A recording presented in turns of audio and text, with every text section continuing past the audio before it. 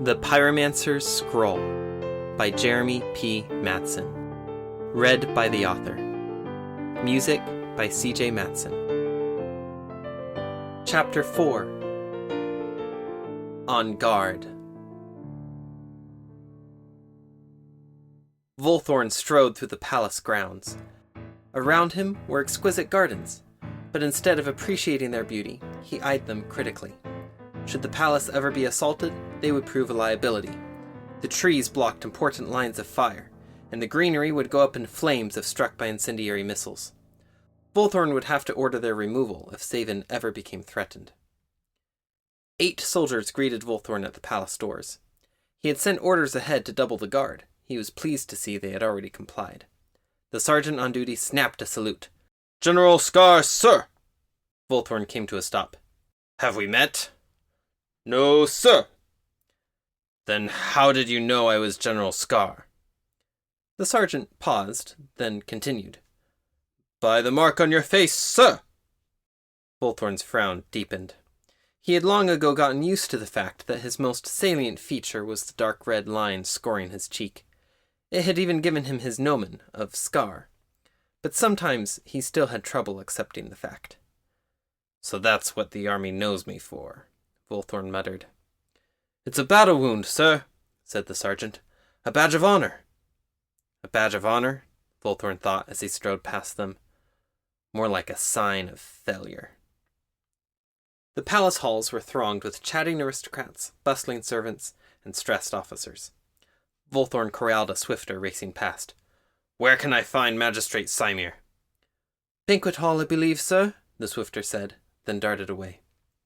Volthorn wound his way to the specified room, a long, many-pillared hall already set with dozens of tables. There he found the old aviar conversing with several companions. All were clad in long white robes, each tied with sashes of gold, blue, or silver. As Volthorn approached, Magistrate Symir turned. "General," the old aviar said, bowing. His eyes shone bright blue with pleasant delight. "Your mageship," Volthorn said. "A word with you, please." "Of course," Symir said, a frown appearing on his face as his eye color darkened. He bowed to the others and excused himself. Volthorn stomped into an adjoining hallway, which was empty save for a few passing servants. Symir followed more slowly, his brow furrowed. "General Scar, is everything all right?" "All right," Volthorn snapped, turning to face him. "All right! Our kingdom is at war, if you haven't noticed." Symir's eyes lost the rest of their blue hue, turning dark brown instead. "Trust me, General. I've noticed." "Then explain to me," Volthorn said, growling each word, "why you released Durin Rendhart from Irongate Isle." The mere mention of the name caused Volthorn's blood to boil. "In the past, Symir, the regents and the military have turned a blind eye to your generous pardons, but this is the last straw." Symir strode over to a window, looking out over the city. "Sometimes the best way to heal old wounds isn't to lock people up, General." "I'm not trying to heal old wounds," Volthorn said. He gestured to a pair of guards patrolling past. "I'm trying to keep our kingdom safe. Releasing some petty thieves and vagabonds is one thing, but Rendhart? He should have been executed 7 years ago." "Durin Rendhart was punished according to our law," Symir said, turning. "He committed murder, and for that, he was sentenced to 14 years in prison. In my capacity as chief magistrate, I reduced his term by half." Volthorn could barely believe his ears. Had Symir forgotten what Rendhart was capable of? The turmoil and chaos that man had brought upon their nation in a single day? Maybe it was easier to forget when you didn't have a scar etched across your face. "Rendhart is a threat to our kingdom's security," Volthorn said, breathing deeply as he struggled to stay calm. "The military should have been consulted before you released him, and especially before releasing him the morning of Adara's coronation." Symir studied him. "You expect him to cause a problem?" "Yes!" Volthorn nearly punctured a tapestry with his claws. "I've ordered 600 troops to line every inch of the processional route from here to the river." Symir shook his head. his gaze becoming distant. "I can assure you, General, Durin will not pose a threat to Her Majesty today. His path will take him far from Sabin." "If so," said Volthorn, "then I bet 1,000 shekels he'll head straight back to Kalamar to resume his service to their murderous cause." "You don't know he will," Symir said softly. "And you don't know he won't," Volthorn growled. Symir laid a hand on Volthorn's shoulder. "Peace, Volthorn. Do you think I have forgotten the harm Durin dealt our kingdom?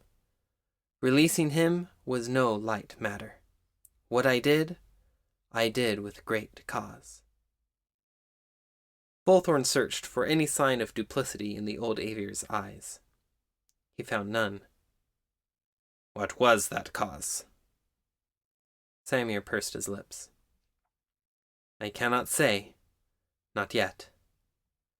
Before Volthorn could protest, a swifter messenger, attired in a pure white vest and golden sash, padded to a halt in front of Symir.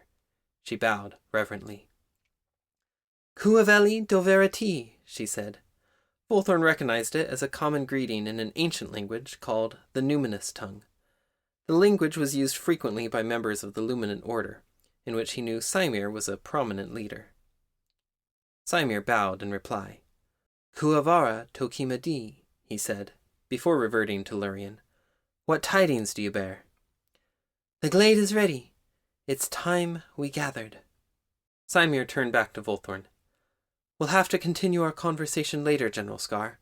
I must prepare for the coronation ceremony." Volthorn scowled. "If you insist, magistrate." Inwardly, Volthorn's mind was already at work, planning and preparing. Symir's words had done little to assuage his fears. Rendhart was still a threat, as volatile as fire. And if Symir felt he had the authority to release that fire, Volthorn felt justified using his authority to contain it. As the Avir glided away with the swifter, a soldier marched up to Volthorn and saluted. "General Scar, the High Chancellor requests your presence in the council room." "Can it wait?"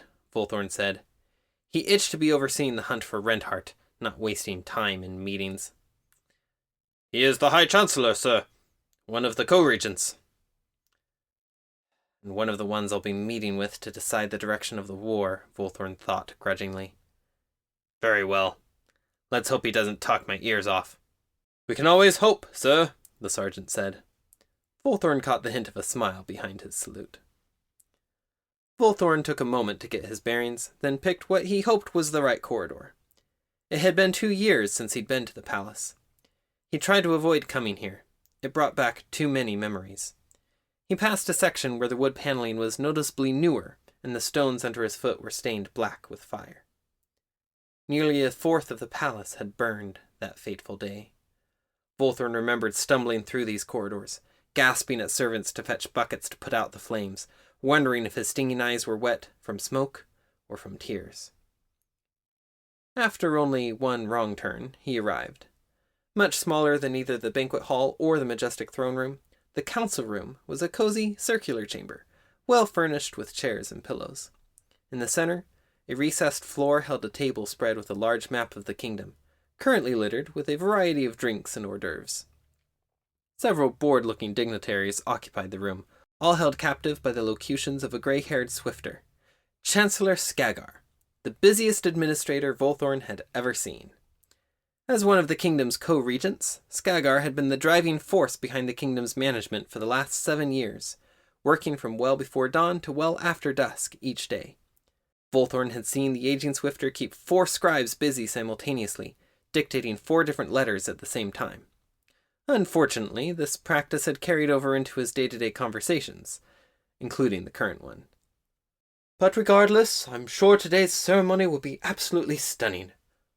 I assume you read the last letter I sent you? The streets will be lined with banners, over 100 of them.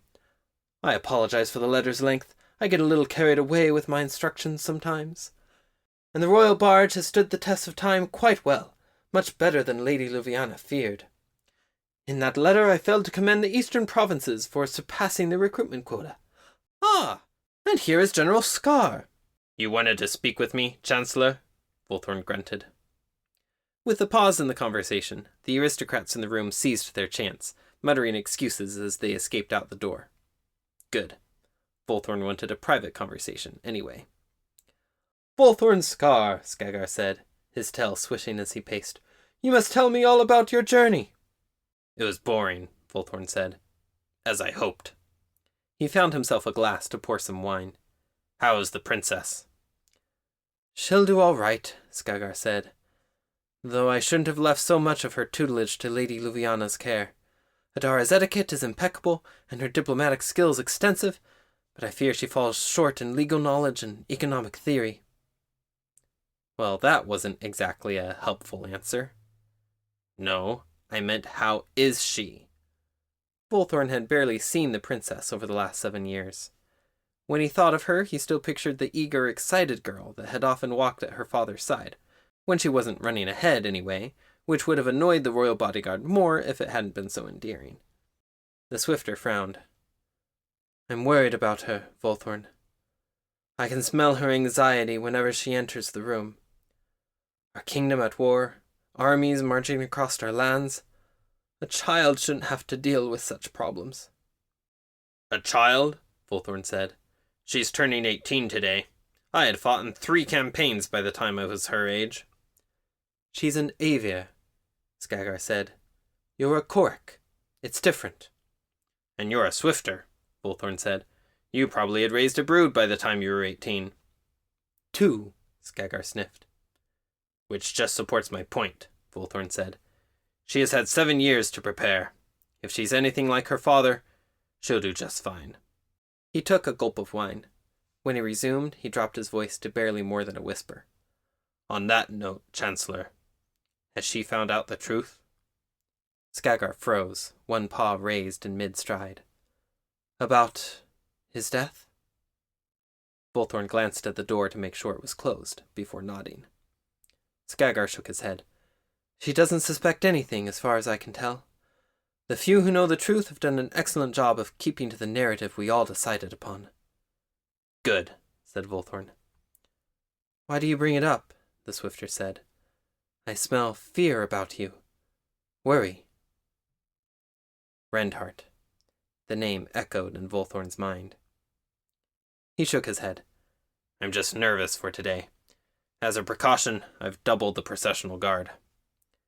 Yes, I heard you had taken that liberty, Skagar said. He stopped directly in front of Volthorn.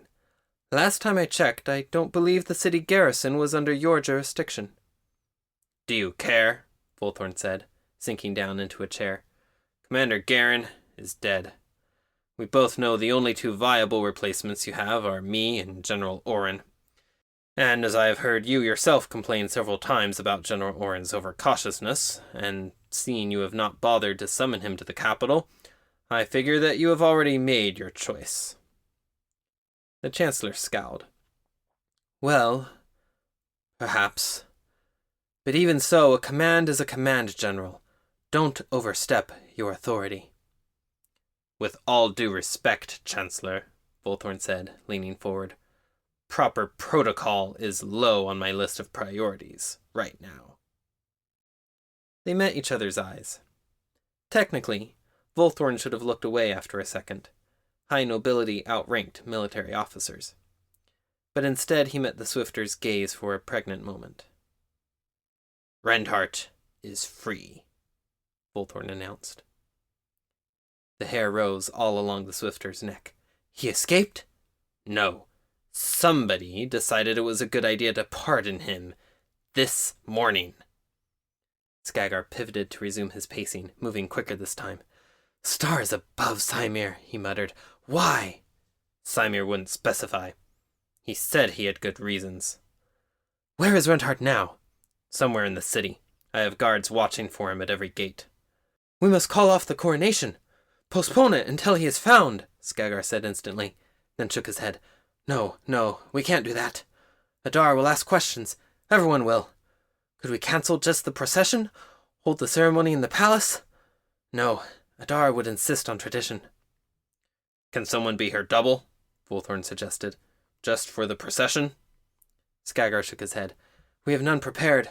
No one who could pass as her, not with hair as dark as hers. No, we have to proceed as planned. You've already doubled the processional guard. We don't even know if Reinhardt will try something. It's been 7 years. He was released just this morning. His powers will still be at a trickle. And if we take any extreme precaution, Adar will ask too many questions. Then we proceed with the ceremony? We proceed. Then I will don my gear and personally escort the princess, Volthorn said, standing. Right beside the monarch, captain of the guard, a final line of defense. Like last time. He only hoped the outcome would be different this time.